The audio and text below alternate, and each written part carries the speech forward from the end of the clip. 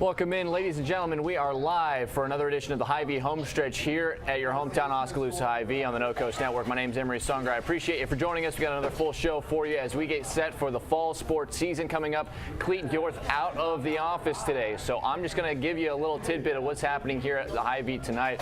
We've got a fantastic $8 dinner, a New York strip, a very popular dinner here tonight. Be sure to come check it out. The jumbo baked potato, plenty of veggies as well, but the New York strip, big Ben's out there on the grill checking it out. It's going to be fantastic until 7 o'clock tonight. You do not want to miss it here at your hometown Oskaloosa HyVee. That New York strip dinner, just $8. Now, I'll welcome my first guest this evening. She is the brand new cheer and dance coach at William Penn University, Abby Reynolds. Abby, thanks so much for joining us. Nice to meet you.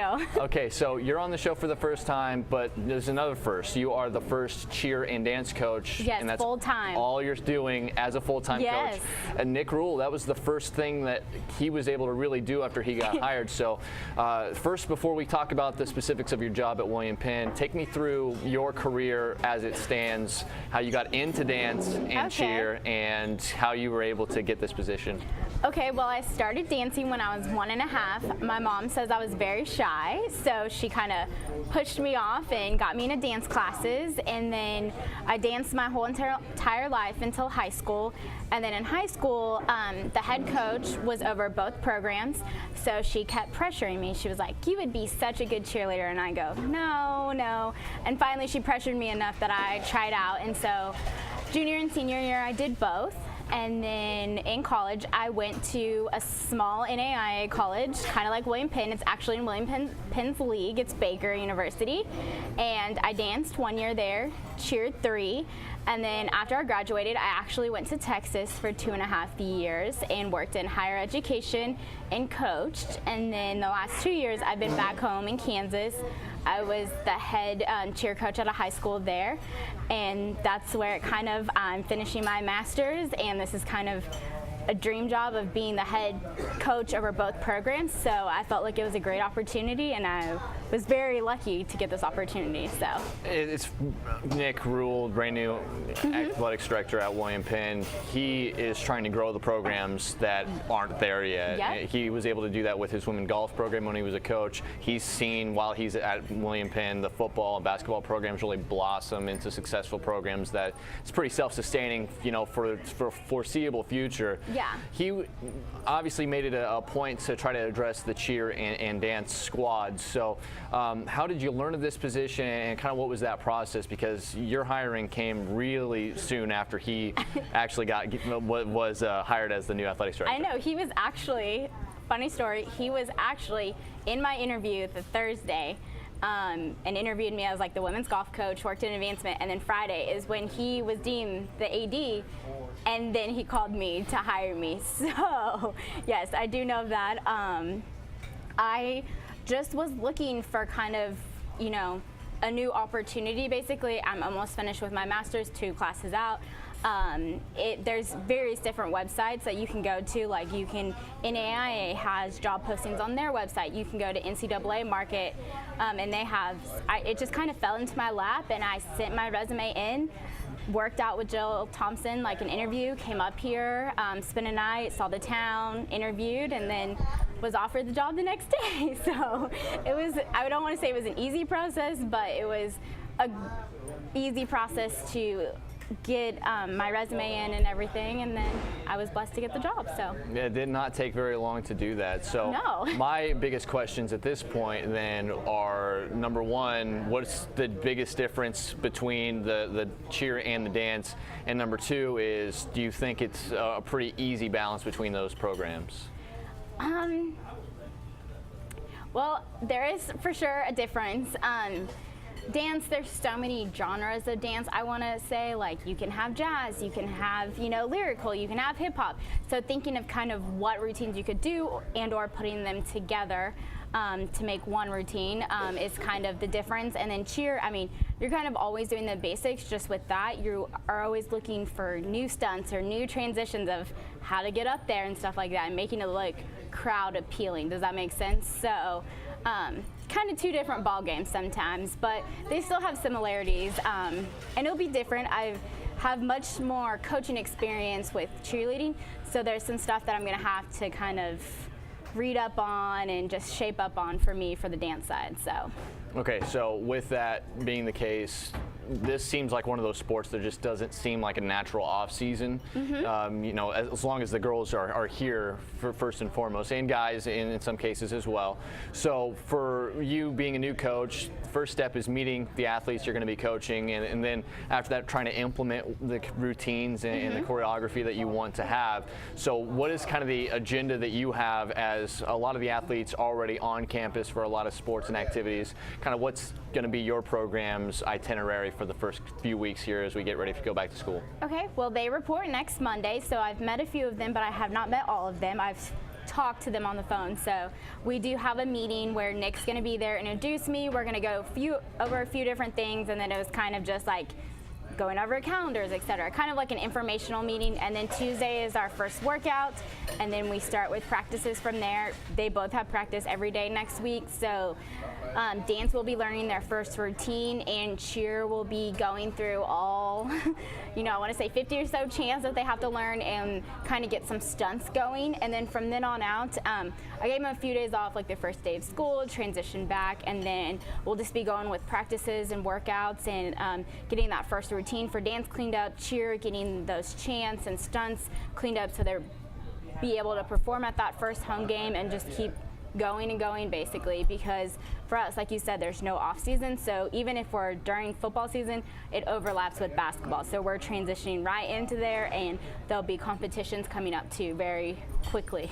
Well, and you got to find time to also try to recruit new athletes to the program. Now, you still inherited plenty of athletes as well, so for those athletes, you know, it's kind of different because when you're a football coach, you're trying to look for some kids that, you know, will lower the scholarship average that just want to be a part of your program. You're also looking to try to give the big money to these blue chip athletes that are going to help you win games. You guys are still very competitive, but how does the recruiting process work? Is it more about just kind of getting your guys' name in front of some of these girls and guys from around the Midwest, or are you going to take a little bit different approach to what the recruiting is going to be like as the head cheer and dance coach?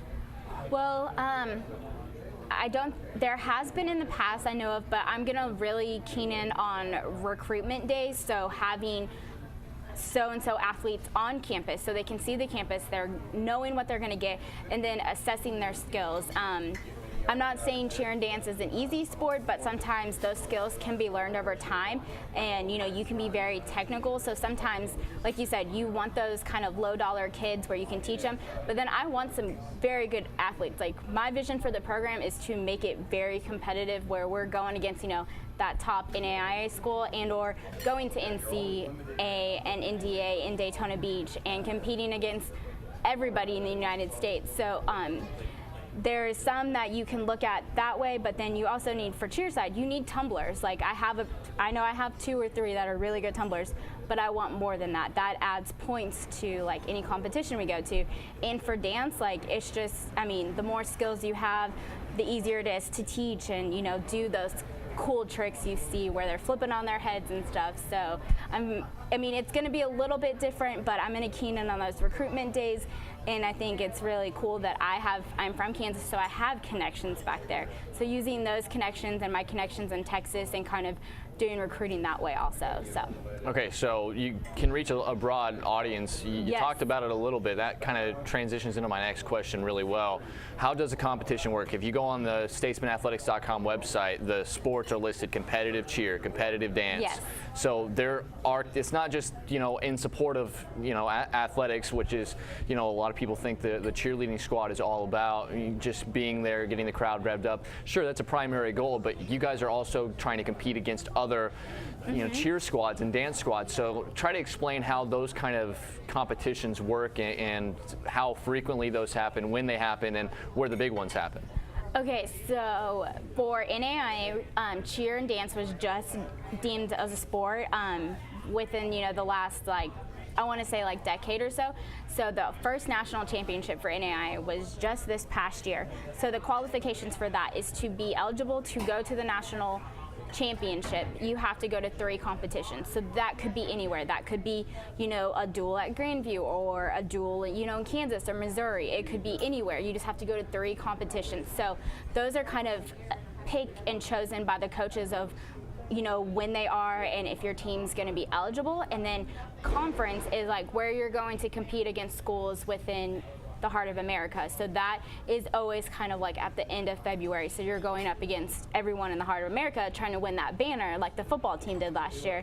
And then nationals, if you qualify, is the second weekend in March. So it's kind of like you're starting in first semester. Even though you're doing football sidelines, you're going to be starting building that routine and really cleaning up. And because you have to build in 3 competitions within your season. And as for how competitions work, I mean, it could be a variety of things. It could be just 2 teams kind of dueling off and there's a point system and being judged on this, and that. Or it could be a bigger competition and there's multiple teams you're going up against. So it just kind of depends on which one you choose and where you go, basically. So. Okay, so for those who are involved, you can kind of understand when you watch like Olympic gymnastics, for instance. Yes. You hear the announcers talk about where the deductions come from and the scoring system. Unless you're actually in the competition, it'll be a little bit hard to kind of see where those are, but it's about having fun as well. Yes. And it's about trying to stir up school spirit, especially with that cheer team. The dance team, I know, was fairly non-existent 5-6 years ago and has grown to almost a dozen athletes now. I'm sure you have big plans for the dance program. So what do you see on the dance side of things? Obviously, I think dance competitions are a little bit more familiar for people and dance recitals and those kind of things. So how does that kind of work, and what are your goals for the dance program individually? So my goals for the dance program is I think they're going to be performing a lot more than they have in the past. They're going to perform at every home football game, so there's 5 of them this year, so definitely come out, watch them. They're going to be great performances. And then from then on out, I'm still kind of figuring out what competitions. Like I said, I'm not from around the area, so I know there's like a state competition which brings not just us to go there and compete and get more recognition, but it's also a good recruiting tool, so I'm looking into that. There's been a few showcases we've been invited to, so I definitely want to go to those, again, for the recruiting purposes, but it's a way to get our name out also. And then just building in competition, you are putting together a dance that has a variety of genres and or technique. So building upon that and seeing what we can do technique-wise too, because honestly, I haven't even seen what the girls can do yet. So I'm very excited for next week. So. Okay, so for those of us who are not super familiar with how all that works, it's going to be a different balancing act, because you're going to have your dance team. Because if you go to the William Penn football games, you see the dancers are in one outfit and the cheerleaders are in another outfit, but they're all out there cheering the team on. Yeah. But they have different roles of what they're doing throughout the game. So while they're similar, they're going to be very different as well. Yeah. As a coach, and you said you were coached by someone who coached both cheer and dance before, so this isn't an uncommon thing, but how do you hope to balance this? I know in a perfect world it'd be 50-50, but is certain parts of the year kind of more of a cheer part of the year? Does dance kind of take over when we get into the winter? Kind of how does that work? I think I want to try to make it 50-50 the whole time, just because that's my job. I want to equally represent both teams. For instance, cheer, during the game, is going to probably be a little bit more important because they're the ones getting those sidelines ready, and dance is performing 8 counts, but then dance probably will take a precedence at halftime when they're performing. So it's kind of a give and take thing, but each will have equal representation. I've worked out a schedule where I'm going to be present at both practices, workouts, etc. And even for basketball, when the dance team goes out to perform, I want the cheer team sitting right there, and even though they're not going to be in the spotlight, they're still going to be there in spirit, basically. So. Okay, so now as we kind of unpack what your hopes are as the coach for both of these programs, the first ever full-time coach for William Penn for these programs, now kind of how does it work with, these are teams. Every team has, their own workout regimen, whether it's with the strength and conditioning coaches or, within their own practices, the study tables of trying to, be academically, successful teams as well. As you continue to try to learn about the girls, go out and recruit at the same time, and try to, elevate them in the classroom and, in their own personal workouts as well. How big do you see these teams becoming? Because that could be an awful lot to manage for one specific head coach wanting to recruit for 2 programs, monitor 2 programs and have 2 very successful programs. But how big do you want these both programs to grow, and what are you hoping to see in the next 3 or 4 years as you kind of get your own athletes in here? For cheer, I want anywhere from 20 to 30. I know that seems like a lot of girls, but that gives us room not only to do, crazy stunts and stuff, but that gives us room to, have flexibility when we go to competitions. Let's say, people get hurt. That's common in sports. I'm not going to be trying to pick and pin like when I don't. That just gives me a lot more flexibility. For dance, I would say anywhere from 15 to 20. Yes, combining the 2 teams, that would be about 50 girls, but I'm ready for that challenge. I think there's a lot of potential in the area, even further on, and even just at William Penn with what we can do with the teens, and I just want to see them grow, but then, grow within their reputation, grow within, I'm really big about building a family. I want to build a big family, basically, so. All right, well, we'll see exactly how this goes. You'll make your, first impressions with a lot of these student athletes next week, which is going to be very exciting. First football game at home. You can get a couple of weeks to really kind of shore things up before the first home football game. Last question for you before I get you out of here. After school starts, as you get ready to go here, are we going to see I was in marching band, and it took 3 or 4 home games to really get the whole thing out there.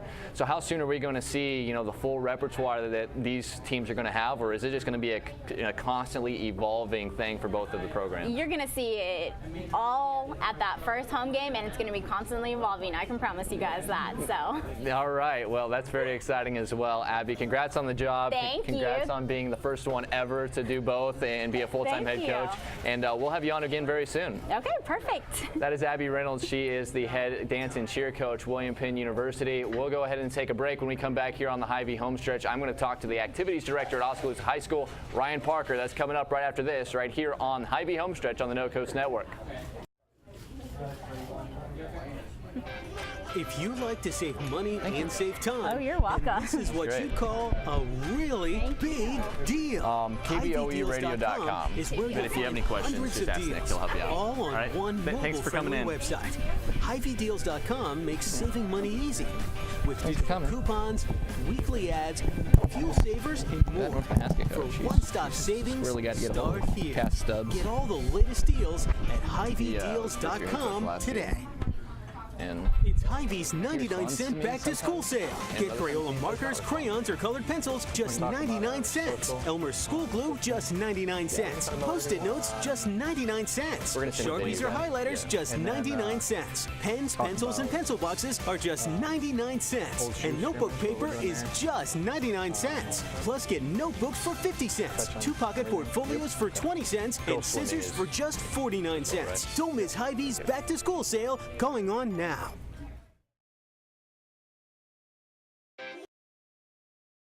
That New York strip dinner for just $8. I know that I enjoyed that New York strip dinner, and I'm sure this guy did too. Actually, on the way out, I'm grabbing one. All right, so this is Ryan Parker. He's the activities director at Oski High School. How's it going?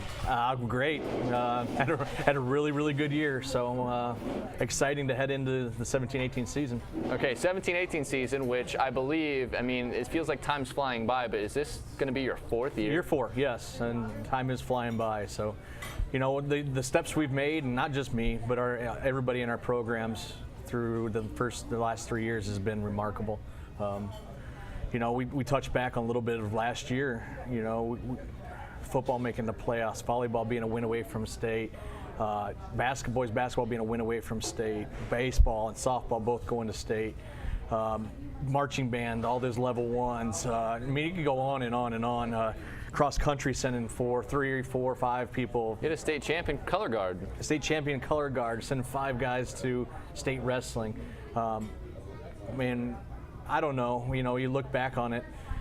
I haven't been around all that long, but I don't know if there's a better year in probably the last 15 to 20 in Oskaloosa athletics or activities as well. Yeah, it was unbelievable, and just a good foundation to build off of here. Oh, yeah. So let's go ahead and start with a recap of the summer sports. Iowa is kind of a weird state. It plays baseball and softball in the summer, but thank goodness, because we get a lot of good weather days. We can play in the summer heat instead of having to worry about the terrible spring weather, and it really benefited Oskaloosa this year with 2 state appearances, a 3rd place finish for the girls on the heels of their state championship a year ago. So a great career for those seniors. Baseball from just the 2nd time ever, first time since '98, makes it to the state tournament with a big upset on the road against Fenton-Shellsburg. Great to see Coach Gingrich get a chance to take his guys up to Principal Park. So from your vantage point, I know, we talked about it a little bit. You weren't in the best health during that time. We didn't see you too much at the field as it was winding down, but you were a busy man in the summer. You don't get an off season.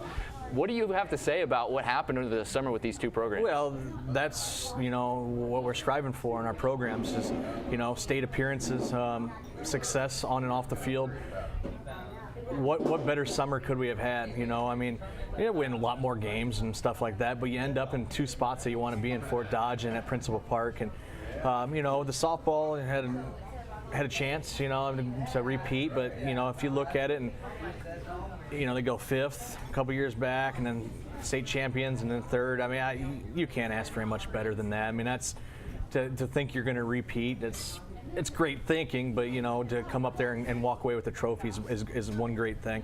And then baseball not being back since '98, that put some life in that program. And Clint's done an unbelievable job. Him and his staff, Bill Allman, Chris Arnold, Scott Van Veldhuizen, Matt Johnson at that 9th grade level. They've really, since I've been here, really turned that program around. Not that it was a bad program, but really a respectable program in a Little Hawkeye, which has been a really good baseball program overall, or conference overall. So, for our summer, it's long nights and it drags in. You don't get to enjoy, what they think teachers and stuff get to enjoy during the summer. But great weather. I know we need some rain for their farmers, but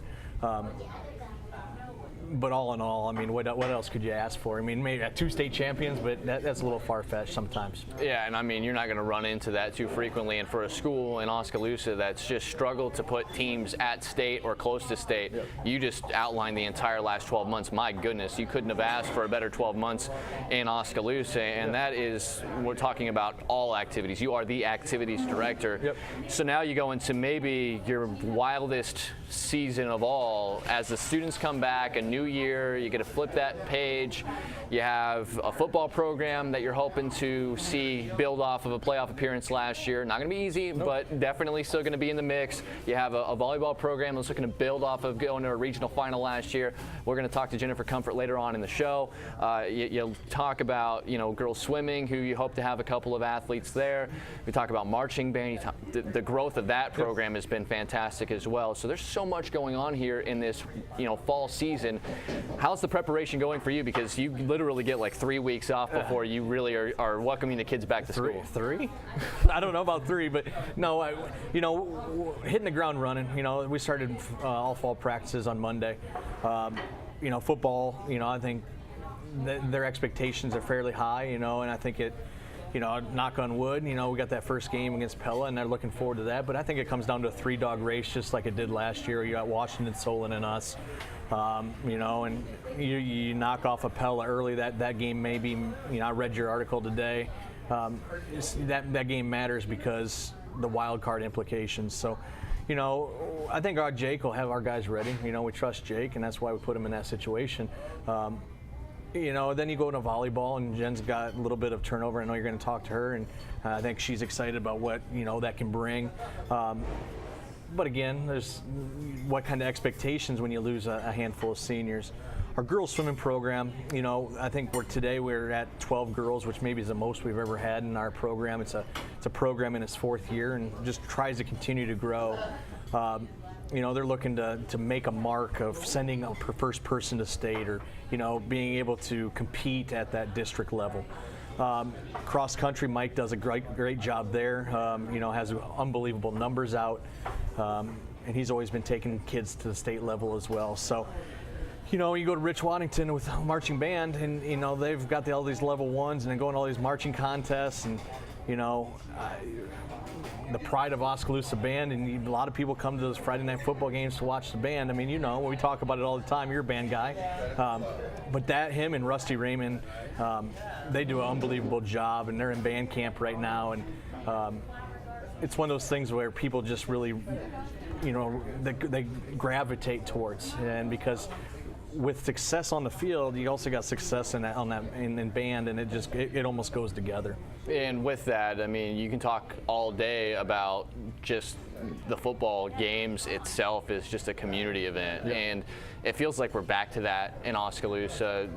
We were talking at the Run in the Sun last weekend, and I saw you there after I crossed the finish line. And as you're crawling across the finish line, you're saying, right?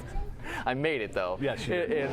And what I said to you was like, hey man, what's going on? We have like 2 weeks and we're back at this. And the first thing you said is this place is going to be packed for that Pella game. Yes. How crazy is that game going to be? The band is going to be there. They're going to be jazzed up, of course. You're going to have 2 towns congregating at your field at the Lacey Recreation Complex, and what should be a fantastic football game. And Oskaloosa gets a chance to end a 41-game winning streak. This is going to be a big day.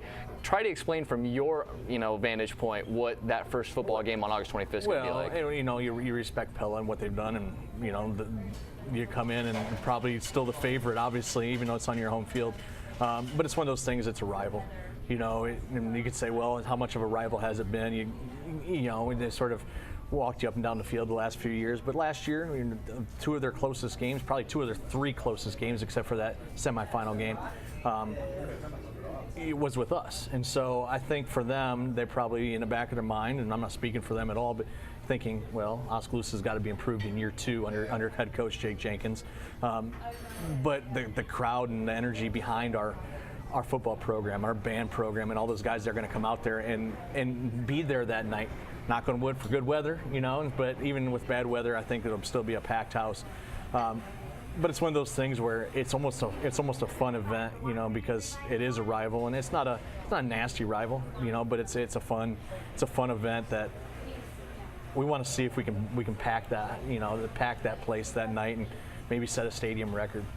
That stadium's not been around for all that long, maybe 5 or 6 years, and just it is a great facility. And we've seen some big crowds there for William Penn games. We've seen big crowds there for the drum corps, show that was there just a few weeks ago. When you have that kind of buzz around a program, that reflects well on the schools involved. And I know that your job is a little bit more complex than just trying to get all the program support so they can win. So for those who may not understand what an activities director needs to do on a daily basis and what you're doing all those hours in the office and what you do when you show up to all of the games, what does Ryan Parker, activities director at Oskaloosa High School, what are his daily responsibilities as you try to manage through 4 seasons of sports in Oskaloosa? We try to set the schedules a year in advance, and so we're hammering those out, and so we're not have to mess with those at this current time. But really right now we're working on day-to-day operations, making sure that the old shoe game, which is coming up on the 18th, is ready to go.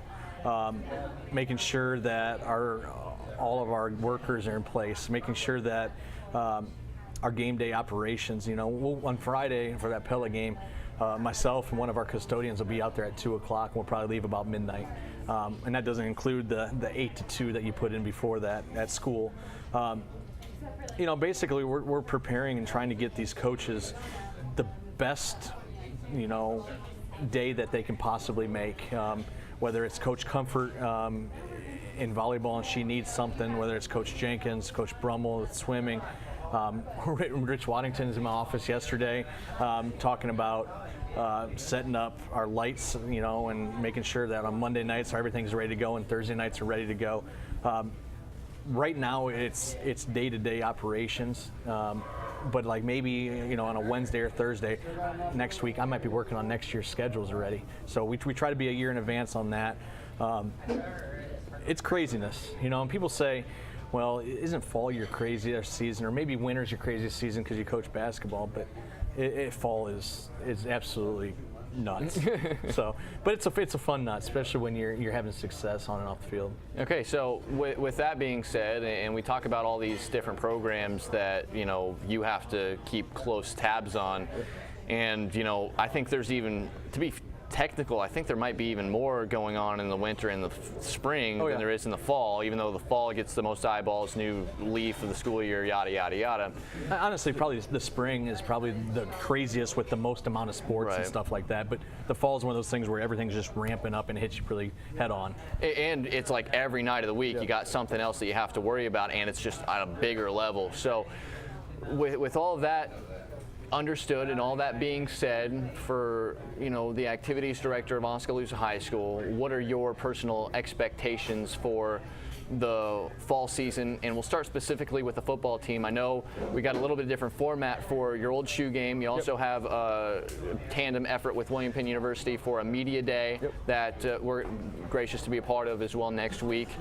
Take us through what next week's going to be like for Oskaloosa as you get set for another school year and another football season. Well, like I said, we got the old shoe game on the 18th. What we're going to do is we play 9th grade versus JV at 5:30. Gates open at 4:30. The admissions is a Gatorade, so nothing too drastic there. And then at about 7:15, we're going to scrimmage Centerville. Our varsity is, and what we tried to do there is, in years past, it's always been like our 1s versus our 3s, and well, we've been doing that all summer long. We've been doing that all for a week and a half or 2 weeks before going into the old shoe game. And that's not much fun. So we really Jake really wants to make sure that we get better from week 1 to week 2 in practice, week 1, week 2. And feels like the only way to do that right now is to play somebody other than your current guys. So Centerville's coming up, we'll scrimmage them, and little format we're going to do, start at the 30-yard line and do 2 15-play segments, 15 on offense, 15 on defense, and we're going to go inside the red zone and do the same thing and see what the time is and do some more, do some special teams to thud, no full contact there, and then we're gonna have like a kickoff with both teams. So it'll be sort of a different night, but it'll be better, their 1s versus our 1s, our 2s versus their 2s, and maybe get a little bit more out of it than years past. I think Centerville probably really enjoys that idea as well, to get a chance to because they're hoping to make some noise in a district that seems pretty wide open in Class 2A as well. So with that being said, let's transition over to what you guys have coming up on Tuesday next week. You guys are tandem effort with William Penn University, trying to just kind of get a little bit more hype, a little more information out for your fall season, and this is the first of its kind of a tandem media conference that you guys are going to have next Tuesday. Yeah, with Nick Rule being the new AD at William Penn, and myself being a William Penn grad, and one of the things we talked about as soon as Nick got that job is trying to figure out how to more cohesiveness between the two. Why not, and lack of a better term, use each other better, you know what I mean? And whether that's facility-wise or just media-wise or communication-wise. So Wade Steinloggy approached us with, well, why don't we do a media night? Why don't we do a fall media night? We're doing this 7 o'clock on the 15th, which is Tuesday, I believe, at Smoky Row. They're going to bring all their fall sports in. We're going to bring all our fall sports in.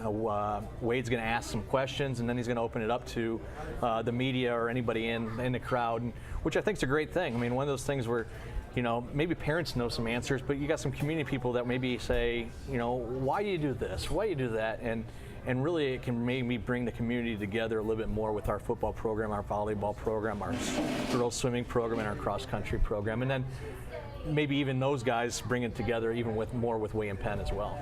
Yeah, that cohesiveness and just an approachable kind of environment that would foster is something you don't typically see. A lot of times you just see the coach down on the sidelines and you're just, just like, I wonder what they're thinking right now, but you see him on the street, you're a little too intimidated to say anything to him, and I think that's a really good idea to change that over. But one of the behind the scenes things that has kind of been brewing between William Penn and Oskaloosa the last couple of years is you guys have completely overhauled your weightlifting program and have been able to use some of the graduate assistants that William Penn has. And I think there's a solid correlation between that program coming into the fold and some of the success that we've seen. Not to take any disrespect from the athletes or the coaches, but what has that been since you've been able to broker that deal? Well, so what we did is we got William Penn's GAs and their strength and conditioning program to basically run our weight room. And people are like, well, it costs quite a bit of money, and our booster club has stepped up and graciously raised the funds and been able to afford to pay for this this venture for us. But what it's done for us, and people don't really understand it. Yeah, it's made us stronger. Yes, it's made us more cohesive from sport to sport. What they do. But one thing that doesn't happen, if you're the head football coach, you're not in the weight room yelling and screaming at these guys to lift weights. Now you're in the weight room with them, building relationships other than you need to lift more weights, you need to do all this, where those GAs and those strength and conditioning coaches from William Penn are the guys that are riding them. So you just spent 2 hours in practice riding them, trying to get the most out of them. And now you went in the weight room and you're going to ride them if we didn't have this for another 45 minutes. Well, they get tired of hearing from you.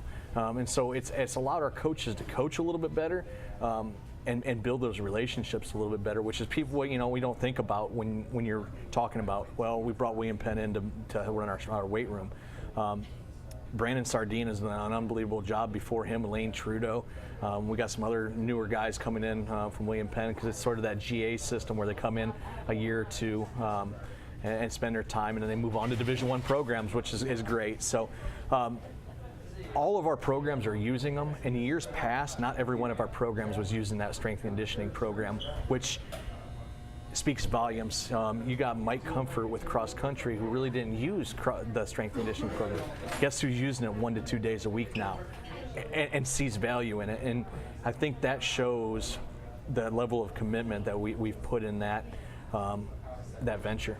Okay, so now that we talk about that behind the scenes thing, another thing that has kind of been brewing is Oskaloosa has done a really good job improving facilities kind of one by one over the last several years. So you see the new football stadium, which, with the help of William Penn getting that accomplished, and you just see the crowds coming out and enjoying that atmosphere. The gym is state of the art for a Class 3A school to have a gym for volleyball and basketball and wrestling even. Just a really good atmosphere.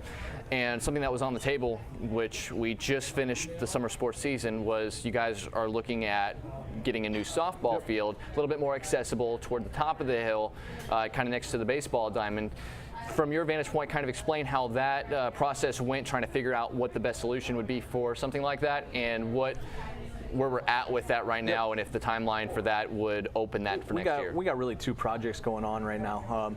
Softball, moving them up the field. And we put together a committee and we looked at it, renovating our old field or building new. Well, we have like 5 acres of concreted parking lot. Why not take advantage of that? And part of the committee was Jake Jenkins, who football gets put out a little bit because of moving them where the practice field is. Clint Gingrich, baseball, because you're moving some people around. Coach Harms. Rich Pearson, who works for Musco, who has really put a lot of time and effort into the old field. Bill Allman, part of the maintenance staff. Craig Van Holzen, who's on the school board. I'm missing some guys that are on there, but it's like a 9 with the booster club as well. About a 9-person committee, and we looked at it, was renovation better or building new, and we came back with building new. Board has graciously given us an approval, and actually within the last week they broke ground. They've run tile work. Excavators and bulldozers are out there pushing dirt around. So we are in full bore. From what I've been told is in a pre-construction meeting by October 15th, everything from the fence in should be done. It's not very far away. So pretty excited about that, but it has put football out a little bit. And Jake has been unbelievable to work with on this, because he could have, been upset and said, moving us down a hill, but has taken it in stride and says, you're making it better for everybody involved. And that's our goal, not just football, but make it better for everybody involved. And then we got another project in the works is air conditioning in the gym. And that should be starting sometime here in September, October area, which is going to be a drastic improvement, not only for our volleyball program, because I guess, probably not this year, but even in the middle of the winter when you get 2,000, 3,000 people in that gym, you can kick that on and not have to open the doors and let in freezing cold air. But also for graduation, Bandorama, and all these different things that are held in that nice gym that can seat quite a few. So those 2 projects are big projects for us that mean a lot for not just athletics, but activities in our school in general. Okay, so now that we've talked about that a little bit, just logistically with I'll get you out of here on this one. For the fall season, for Ryan Parker himself, what do you hope the town of Oskaloosa knows about your department and your coaches? Yeah, you talk about Jake. Yeah. Jake and every coach that I've talked to from Oskaloosa High School is a massive team player. Yeah. They just want to see they want to see each other do well. And that's what we are seeing, a lot of cohesiveness and a lot of success. What do you want people in Oskaloosa to know from the inside, what you hope to accomplish with your department as a whole? The level of commitment, you know, I mean, that we have really, really, really good coaches, and I think you've seen that through the last couple of years of putting guys in place and ladies in place that care, you know, and they're committed to what they do. And if they didn't, they wouldn't be here, you know, and they wouldn't be putting the time and effort into it. Coaching is not just the game time. It's, you know, the hours you put in the summer and hours you put in practice that don't show up and people don't see because they're not there. We care, you know, that's the biggest thing, and we believe that what we do on and off the field matters for some of these kids. Some of these kids that we have, that is what they live for, you know, and that's the reason they go to school. And if we can get them graduated and get them to school every single day, then maybe the next step in life is that much easier for them. And we're hoping that activities and athletics can do that, and with good coaches that promote that and support each other. I think we got a really good coaching staff, and not just head coaches, but assistants throughout the board. Well, Ryan, I can tell you this, it's been fun to follow the rise of Oskaloosa athletics from 2014, where it was quite a struggle for most of the programs outside of maybe softball, to now where you really don't have a lot of empty spaces with at least some amount of optimism. So the pressure's on now, right? For you especially as the head man of this whole department. But thanks so much for joining us. We'll catch up with you middle of the fall season, see how things are going. You need me anytime, let me know. And we'll everybody see this guy on Tuesday as the Oskaloosa William Penn Media Day. I'm really looking forward to that. I think it's going to be a great thing. I mean, and ask all of our coaches some really tough questions. He wants it. He wants the challenge. That is Ryan Parker. He is the activities director at Oskaloosa High School. We'll take another break. When we come back, my final guest of the evening, Jennifer Comfort, the volleyball coach at Oskaloosa High School. She'll talk volleyball when we return right here live on the HyVee Homestretch on the No Coast Network. If you like to save money and save time, then this is what you'd call a really big deal. HyVeeDeals.com is where you'll find hundreds of deals, all on one mobile-friendly website. HyVeeDeals.com makes saving money easy with digital coupons, weekly ads, fuel savers, and more. For one-stop savings, start here. Get all the latest deals at HyVeeDeals.com today. It's HyVee's 99-cent back-to-school sale. Get Crayola markers, crayons, or colored pencils, just 99 cents. Elmer's school glue, just 99 cents. Post-it notes, just 99 cents. Sharpies or highlighters, just 99 cents. Pens, pencils, and pencil boxes are just 99 cents. And notebook paper is just 99 cents. Plus, get notebooks for 50 cents. 2-pocket portfolios for 20 cents. And scissors for just 49 cents. Don't miss HyVee's back-to-school sale going on now. Welcome back. One final time live here from your hometown, Oskaloosa HyVee. I'm joined by the Oskaloosa volleyball coach for the first time on the show, Jennifer Comfort. Coach, thanks so much for joining us. Of course. Okay, I talked to Mike Comfort, your husband, yes. Last week. We talked about the cross-country program. Yep. They kind of slide under the radar, and they're going to have a really interesting season. Talking about slipping under the radar, your team was just one game away from making it to the state volleyball tournament, kind of riding underneath the wave of that football team having such a successful year. So you did lose quite a few seniors, but for those who are unfamiliar, take me through the 2016 year, because it was a successful year for Indian volleyball. We did have a successful season. Last year we did end in the regional final. It was our third regional final in 5 years, so we have been right there on the last couple of seasons. So last year was a good year. We finally were capitalizing on the things that we've been working on the last couple of years. We really felt that we were right there in that game. It just didn't happen for us. So the girls had set us up for success. We just didn't take care of it, but we're getting there. You did lose quite a few contributors from last year's senior class, a class that really contributed across the board for Oskaloosa girls athletics, and we saw that with the success the softball team had. But you could also see some younger girls that have really stepped up, and if they can stay healthy, and even a player like Josie Bunnell, who just the last most of her career is just when she's in there, she's making a difference. Right. It's just keeping her out there is the trick. So with her as one of your main leaders, what kind of players that you see that were kind of waiting their turn do you think are going to come up and be major contributors for the 2017 edition of Indian Volleyball? Well, I think Josie's definitely the top one that we're looking at. She played outside her sophomore year, and then we had to move her to middle last year because of injuries and situations like that. So we moved her back out to outside this season where she's the most comfortable. I'm super excited about that because she'll be able to play all the way around, contribute that way. Emma Kelderman played all the way around last year. She'll be more of a fourth on our right side as a junior. Let's see, Taylor Wills on the outside. She played last year as a freshman. She's expected to step up a lot more this year. I think she's a lot more comfortable in that role too. And looking at her possibly all the way around just because of her athleticism. And yeah, and then from there, it's a lot of new faces. I think that's what's going to be really neat about this season is people getting to know all the new girls. And it'll start with volleyball and it'll continue on through there. So I enjoy working with them, and I think people will enjoy watching them play.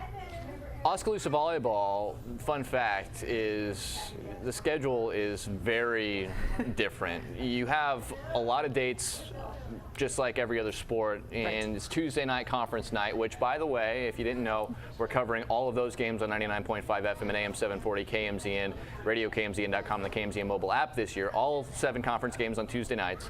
But you also have a lot of, there are 3 teams here and we're going to have a little mini tournament. You have a lot of Saturday tournaments where you're playing, shorter matches, but a lot of matches in a day.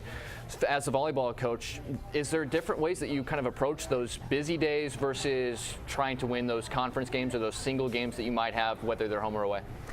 There is. We're always putting our best team out there trying to win, but out of the weekend tournaments, we're trying to see different levels of competition. And we're trying to maybe work on some different things against teams. We get to see, a big outside hitter, and then I can relate that to an upcoming conference team. We're going to see a girl like this in 2 Tuesdays. Or, we're going to see some strong servers, and that's similar to what, maybe another team in our conference has. So we can take that away. We also see a lot of teams that we may play in the postseason. So we take advantage of not only the teams we play, but maybe we can scout other teams. We can see other teams in our conference at these tournaments before we get to play them. So just the opportunity to see other teams, and for the girls to see good volleyball. It's out there in front of them, because they don't get to watch themselves play as much in person, but they get to watch other teams, and we can talk to them about things at that time. So it's a good day. It's a very busy day, very exhausting day, but you get a lot of volleyball out of it in one shot, so I like that.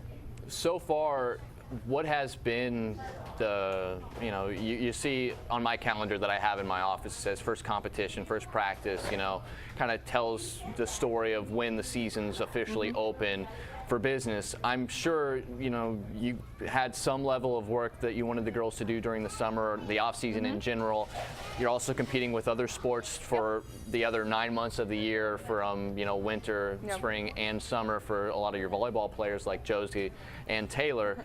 When you sit down, to kind of build out a schedule, what are some of the things that you want the girls to work on, and how can you organize those things before they come and they try to get themselves ready for the real fall season for volleyball? Yeah, well, the good news is that we can contact them in the summer. So we've had 2 opportunities every week to come and work, one on a Monday morning after the lifting session and one on Thursday evening. And I'm there and I run both of those sessions. So it's open from 9th grade to senior. So it's a great opportunity for new girls to come in, get to know us, get to know our coaching style when my assistant coaches are there.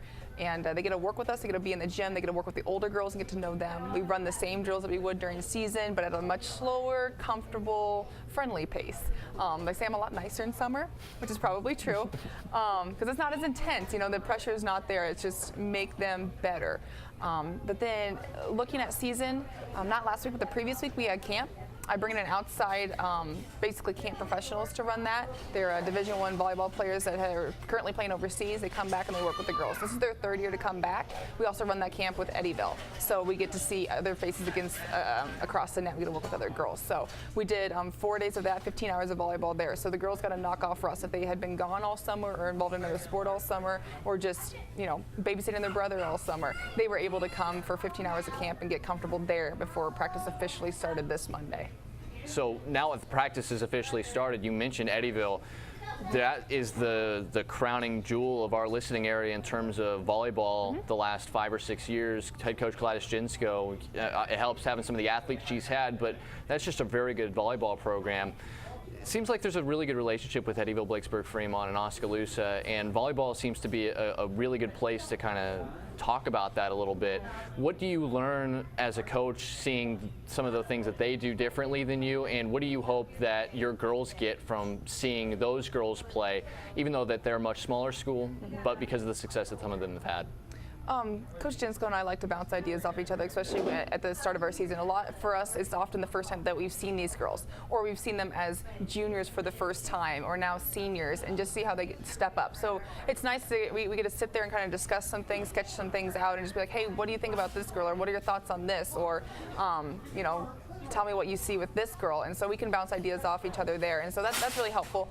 We also a lot of Eddyville girls participate in our club season, off season that we run, and so our girls are very comfortable with each other. It's great to see just the camaraderie between the teams, and they work together, but it's cooperative competition. So you know, they're both out to win, but they really work hard together. So it's great to see both programs just continue to be successful.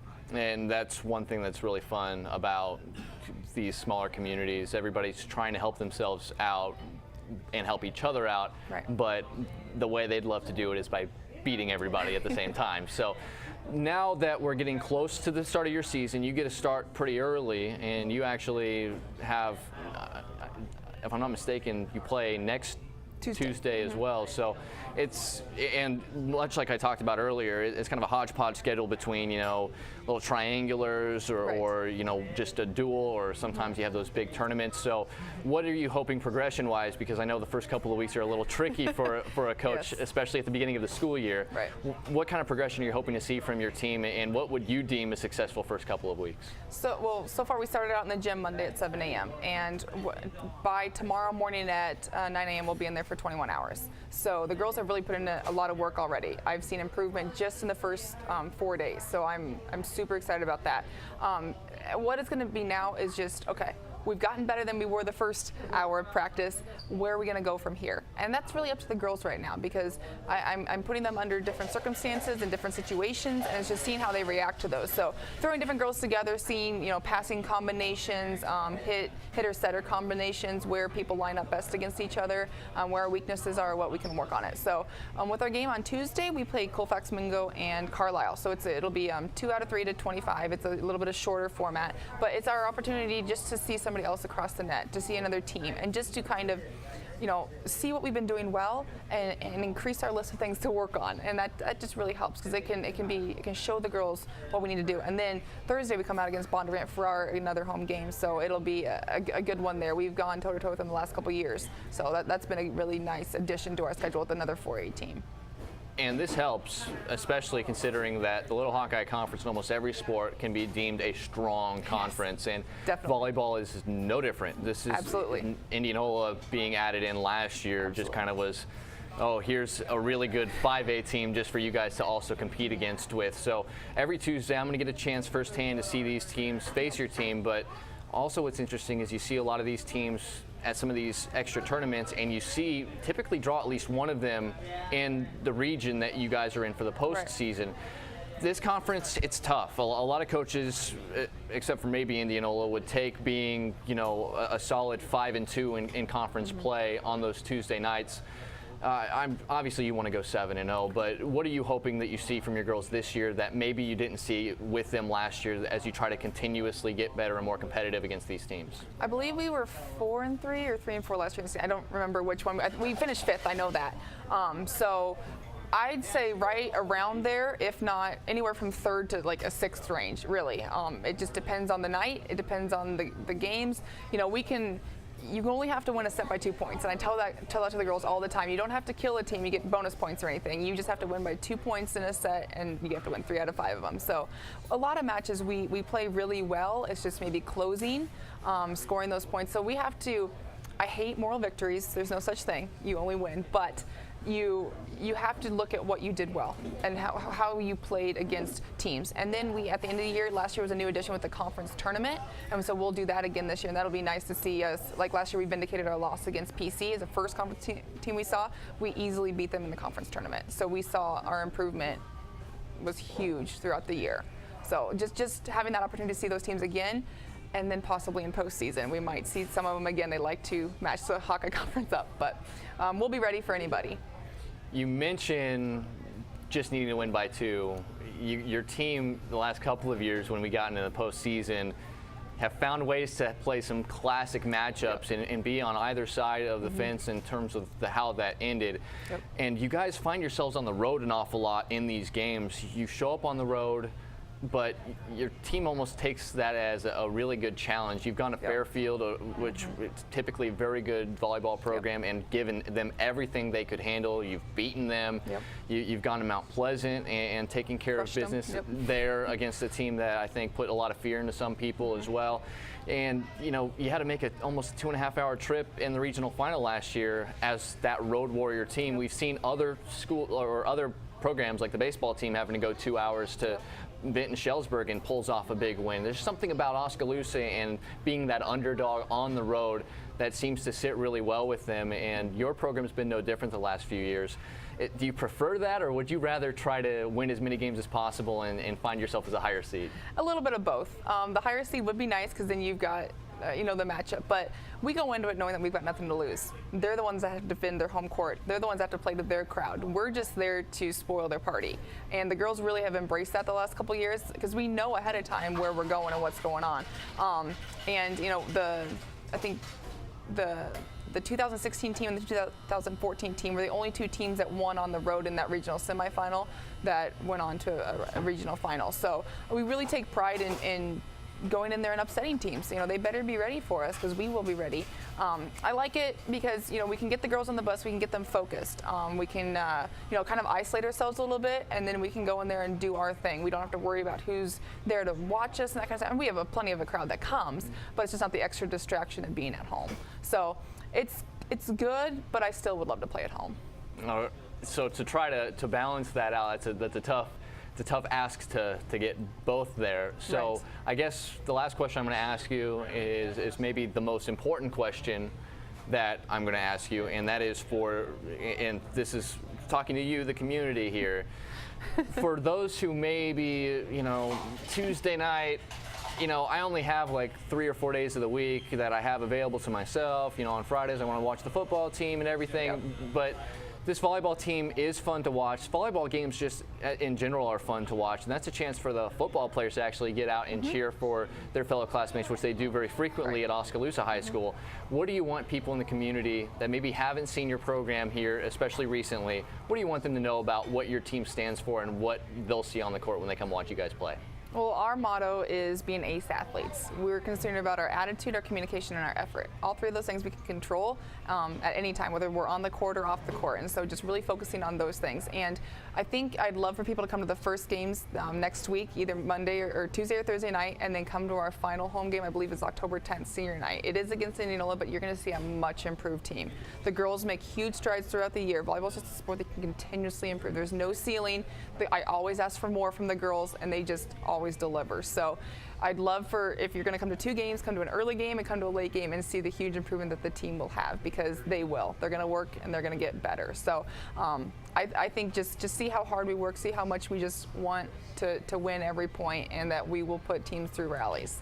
So it's a lot of fun. It's a great environment. It's a fun game, and it's a joy to coach and a joy to watch the girls succeed. Well, and for a Class 4A team, really fun to see all the talent that you see out there as well. And for Oskaloosa and for the opposition, that Indianola game will be a really fun one at the end of the season. I'm really excited to get a chance to call those games, those conference games on Tuesday nights. Again, that is going to be 99.5 FM, AM 740 KMZN, RadioKMZN.com, and the KMZN mobile app each Tuesday, starting with the Week 2 football season is going to be the first actual conference game, if I'm not mistaken. I don't know how it matches up. She's very busy, and my entire job basically is to do this. So I'll glad give you know my schedule. Yeah, right. It's okay. I know the schedule for sure because we're going to be there, so be sure to check that out on Tuesday nights. Jennifer, thanks so much for coming out. We'll have you on mid-season. Check in as you and I are both available, which may be tricky in the fall season, but real fun to talk to you, and good luck this year. Thank you very much. All right, that is Jennifer Comfort, the volleyball coach, Oskaloosa High School, and that'll do it for our show here tonight. Thanks so much for joining us. I'd like to thank Coach Comfort, Coach Ryan Parker, the activities director at Oskaloosa High School, as well as the new cheer and dance coach, Abby Reynolds at William Penn University. We do not have a HyVee Homestretch next week, but we will be back for week 1 of the football season. You're not going to want to miss that, as we'll get you set for football week 1 in a couple of weeks. That'll do it for our director, Miranda Keeler, Alyssa Phillips back in the No Coast Network studios. I'm Emery Songer signing off for the HyVee Homestretch on the No Coast Network.